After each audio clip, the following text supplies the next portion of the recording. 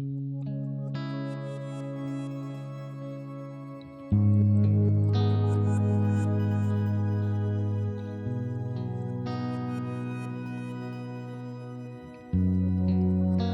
they put you in this cage and they say, well, you're going to extract value from you because the only worth you have is for somebody to look over you.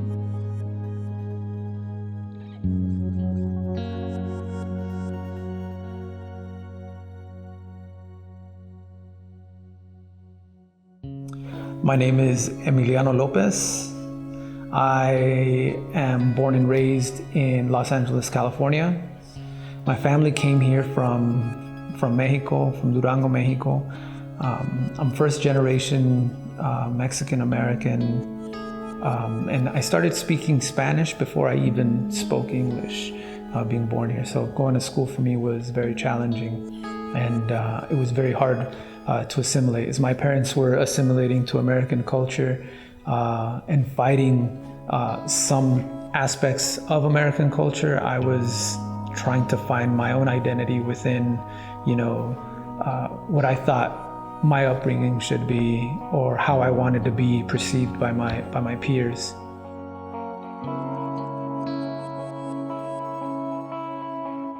My experience with youth incarceration is really deep. Coming to think about it, is that when I was a kid, going to junior high in the 90s, we had metal detectors. Our lockers were being searched by school police. And then other parts is, I also lost friends to violence, growing up. So it was a hard journey growing up out here. But what brings me to this space is knowing that there was two paths. And that's what I was always told, is that you will either be dead or you'll be in jail. And that's kind of what my high school counselor told me. And, I ended up going to prison when I was 26. You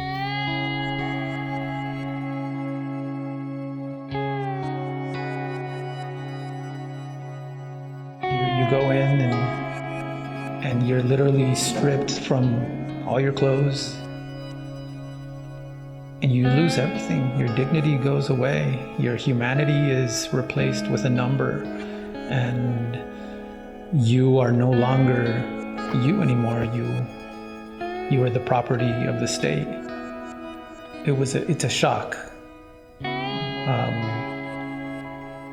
It's a system that is, there's like an iron curtain that society doesn't know. It knows it exists, but it doesn't pay attention to it. And you can't see beyond it, and you don't get any information about it. It's just there. It's there. You ignore it.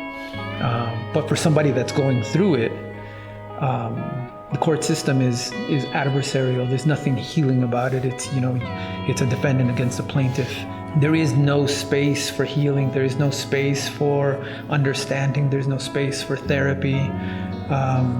There's the only space that there is proving that the person did something wrong and that person should pay the ultimate price. And the ultimate price that I paid was a sentence of life in prison.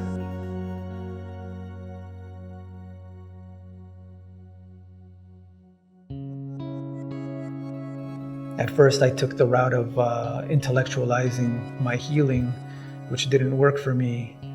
When I was able to go to a minimum security prison and able to have access to quality programs, did I start to tap into my heart.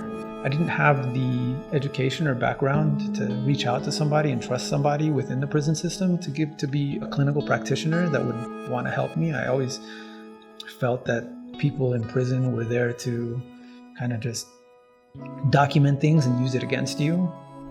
But when I started being true to myself and my own journey, and people from the community started coming into the institution, and I started getting involved, and I started to see that people actually did care, it gave me strength and confidence to be vulnerable in a place that looks down on vulnerability.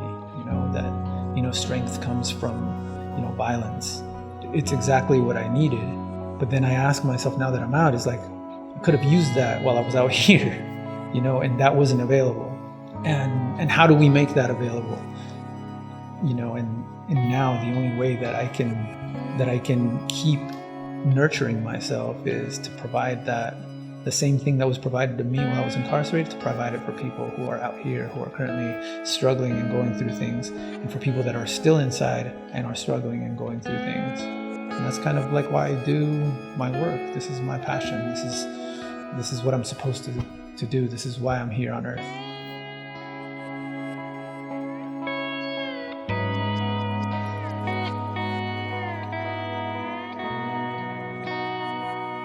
I've never been in space where a person that worked in law enforcement, that worked as a correctional officer, that worked as a probation officer, was there to be vulnerable, was there to talk about their experiences and how the carceral system fucked their life up, for lack of a better word.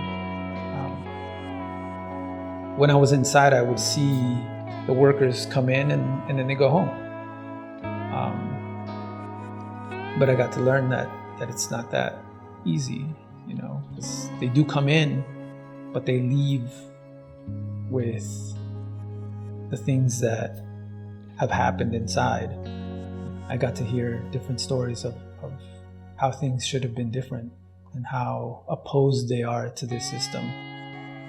Kind of makes me think like that there's hope and that there's people out there that will understand and can tell other people that the money that taxpayers are paying into a system that causes harm is not a good system.